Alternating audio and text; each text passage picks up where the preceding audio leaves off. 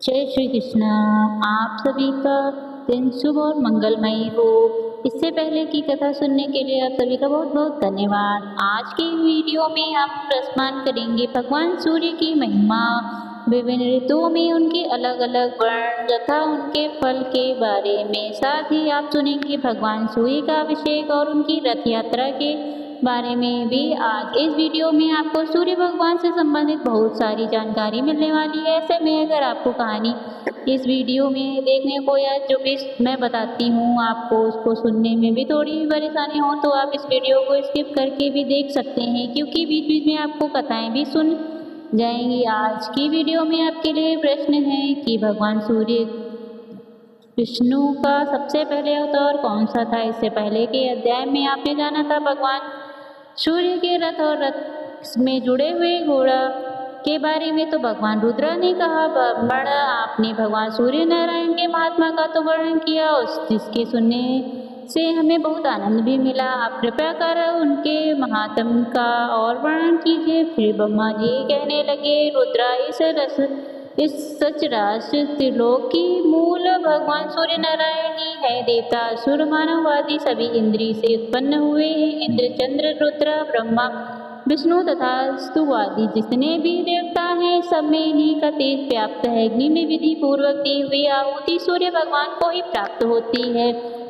भगवान सूर्य से ही वर्षा होती है, वर्षा से अनाज उत्पन्न होते हैं। यही इन प्राणियों का जीवन है। इन्हीं से जगत की उत्पत्ति होती है और अंत में सारी सृष्टि इन्हीं में विलीन हो जाती है। ध्यान करने वाले इन्हीं का ध्यान करते हैं और यह मोक्ष की इच्छा रखने वालों के लिए मोक्ष स्वरूप भी है। यदि सूर्य भगवान ना हो तो क्षण मुहूर्त दिन रात्रि पक्ष मांस ऋतु आया अर्थात वर्ष युग आदि काल विभाग हो ही नहीं, और फिर काल विभाग ना होने से जगत का कोई व्यवहार भी नहीं चल सकता। ऋतुओं का विभाग ना हो तो फिर फल फूल खेती औषधि आदि कैसे उत्पन्न हो सकती हैं। इनकी उत्पत्ति के बिना प्राणियों का जीवन भी कैसे रह सकता है। इससे यह स्पष्ट होता है कि चराचरात्मक विश्व के मूलभूत कारण भगवान सूर्य नारायण ही हैं। सूर्य भगवान वसंत ऋतु में कपिल वन, ग्रीष्म ऋतु में स्वर्ण के समान, वर्षा में ऋतु, शरद ऋतु में पांडुवन, हेमंत में तामत और शिष्य ऋतु में रक्तवर्ण होते हैं। इन वर्णों का अलग अलग फल है। रुद्र आप उसे भी सुनिए। यदि सूर्य भगवान असमय से कृष्णा युक्त वर्ण की हूँ तो संसार में भाई होता है। तामारा वर्ण के हो तो सेनापति का नाश होता है। पणि वर्ण के हो तो राजकुमार की मृत्यु, श्वेत वर्ण के हो तो राजपुरोहित का ध्वंस और चित्र अथवा धूम्रपान के होने से चोर और शास्त्र का भय होता है। परंतु ऐसा वर्ण होने के कारण यदि बरसात हो जाती तो फिर अनिष्ट काल नहीं होते। आप जानिए भगवान सूर्य का अभिषेक और उनकी रथ यात्रा के बारे में। तो भगवान शूद्र ने पूछा, ब्राह्मण भगवान सूर्य की रथ यात्रा कब और किस विधि से की जाती है। रथ यात्रा करने वाले, रथ को खींचने वाले, रथ को वहन करने वाले, रथ के साथ चलने वाले और रथ के आगे नृत्य गान करने वाले, रात्रि का जागरण करने वाले पुरुषों को क्या फल प्राप्त होता है। इससे आप लोग कल्याण के लिए विस्तार पूर्वक बताइए। तब श्री ब्रह्मा जी कहने लगे, हीरा आपने अत्यंत उत्तम प्रश्न पूछा। अब मैं इसका वर्णन करता हूँ, आप इसे एकाग्र विमर्ण होके सुनिए। भगवान सूर्य की रथ यात्रा इंद्र वत्स यह दोनों जगत के कल्याण के लिए मैंने प्रवृत्ति किया है। जिस देश में यह दोनों महोत्सव आयोजित किए जाते हैं वहाँ दुर्भिक्ष अर्थात काल आदि उत्पन्न नहीं होते और न ही चोरी आदि का भी भय रहता है। इसलिए काल आदि तो उपग्रहों शांति के लिए इन उत्सवों को मनाना चाहिए। मार्गशीर्ष के शुक्ल पक्ष की सप्तमी को गो के द्वारा भगवान सूर्य को श्रद्धापूर्वक स्नान कराना चाहिए। ऐसा करने वाला पुरुष सोने के विमान में बैठकर अग्निलोक को जाता है, वहाँ दिव्य भोग प्राप्त करता है। जो व्यक्ति शक्कर के साथ शैली चावल का भात मिष्ठान और चित्रवर्ण के साथ भगवान सूर्य को अर्पित करता है वह ब्रह्मलोक प्राप्त होता है। जो प्रतिदिन भगवान सूर्य को भक्ति पूर्वक घी का उपरण करता है, सप्तमी को तीर्थ के जल अथवा पवित्र जल से वेदों मेरों के द्वारा भगवान सूर्य को स्नान कराना चाहिए। भगवान सूर्य के अभिषेक के समय प्रज्ञा पुष्कर, कुरुक्षेत्र, विल बल्क, नील पर्वत, गंगवार, गंगा सागर, कलप्रिया, मंत्र मन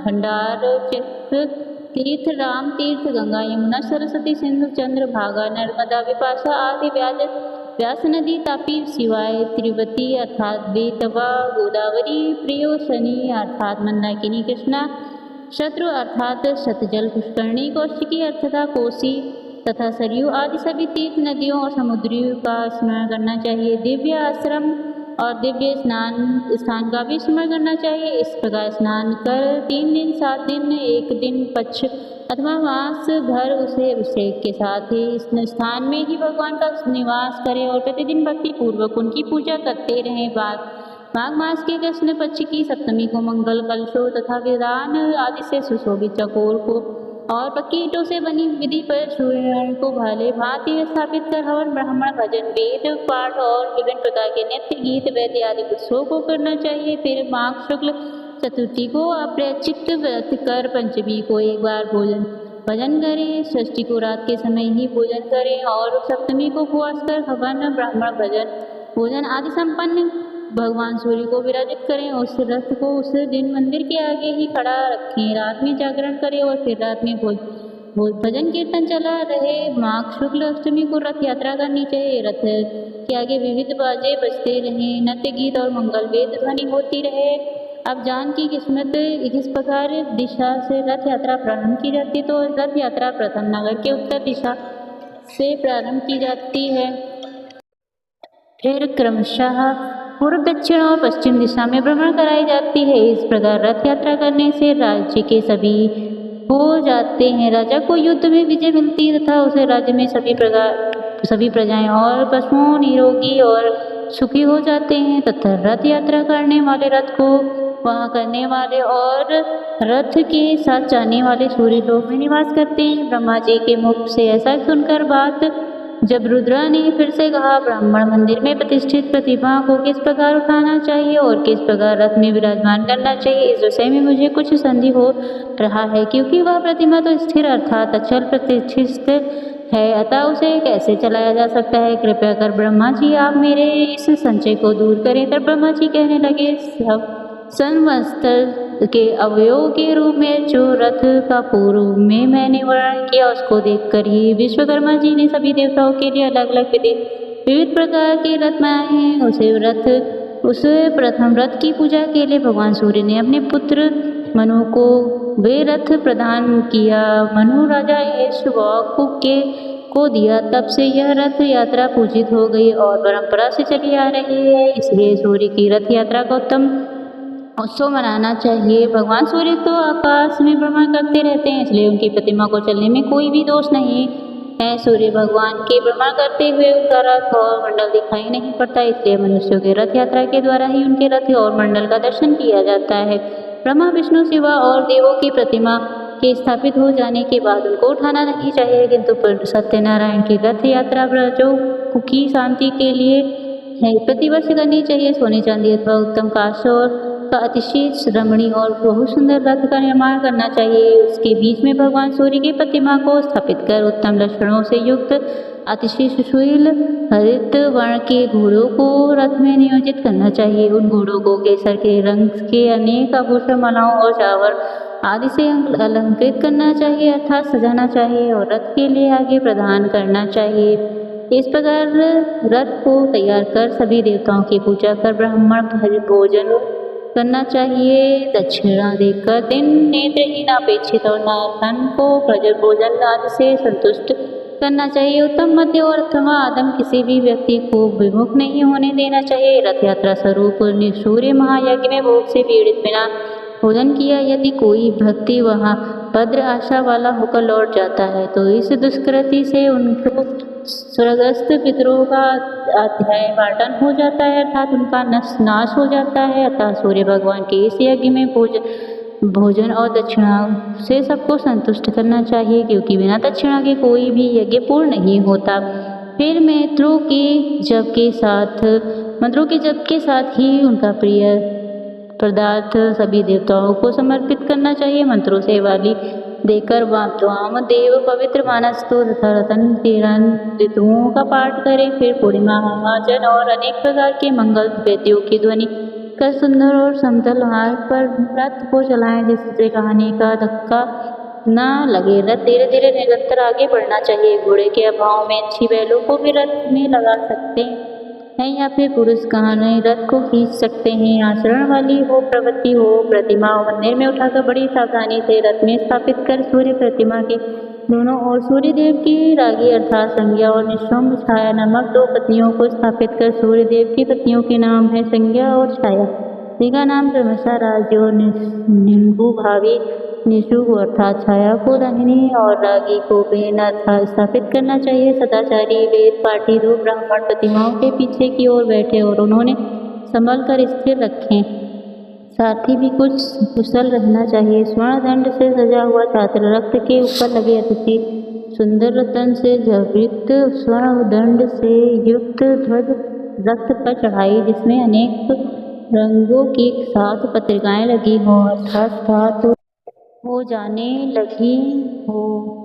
रथ के आगे के भाग में सारथी के रूप में ब्राह्मण को बिठाना चाहिए। श्रद्धा रहित व्यक्ति को कभी भी रथ के ऊपर नहीं चढ़ना चाहिए क्योंकि जो श्रद्धा रहित व्यक्ति रथ पर आरूढ़ अर्थात बैठता है उसकी संतान नष्ट हो जाती। प्रमाण क्षत्रिय और वैश्य को ही ब्राह्मण के रथ वाहन करने का अधिकार है। अपने स्थान से चलकर सर्वप्रथम रथ को उत्तर द्वार पर ले जाना चाहिए। फिर वहां पर एक दिन रथ की पूजा करें। विविध नृत्य गीता आदि उत्सव वेद पाठ तथा पुराणों की कथा होनी चाहिए। वहां ब्राह्मण भोजन भी करना चाहिए। नवमी के दिन रथ चलकर पूर्व दक्षिण द्वार पर ले जाना चाहिए। एक दिन वहां पर रहें। तीसरे दिन दक्षिण द्वार पर रख लें जैन और फिर चौथे दिन पश्चिम द्वार पर रख ली जाए। फिर वहां से नगर के मध्य में रख ली जाए। वहां पूजन और उत्सव करें। दीपमाला प्रज्वलित करें। ब्राह्मण को दान दें भजन कराएं। फिर वहां से मंदिर में रख लेना चाहिए। महानगर के सभी लोग मिलकर पूजन और उत्सव कराएं। फिर एक रात और एक दिन रथ में ही प्रतिमा रही। दूसरे दिन भगवान सूर्य की प्रतिमा को रथ से उतारकर बड़ी धूमधाम से मंदिर में स्थापित करें। इस प्रकार सप्तमी के त्रयोदशी तिथि तक रथ यात्रा होनी चाहिए। साथ ही चतुर्दशी को प्रतिमा पूर्व स्थान में स्थापित कर दी जाए। इस रथ यात्रा की करने से सभी की बाधाएं दूर हो जाती हैं। हरे कृष्णा। आज का अध्याय समाप्त हुआ। इसके आगे की कथा सुनने के लिए आप अगली वीडियो के अनुसार जरूर सुनिएगा। धन्यवाद।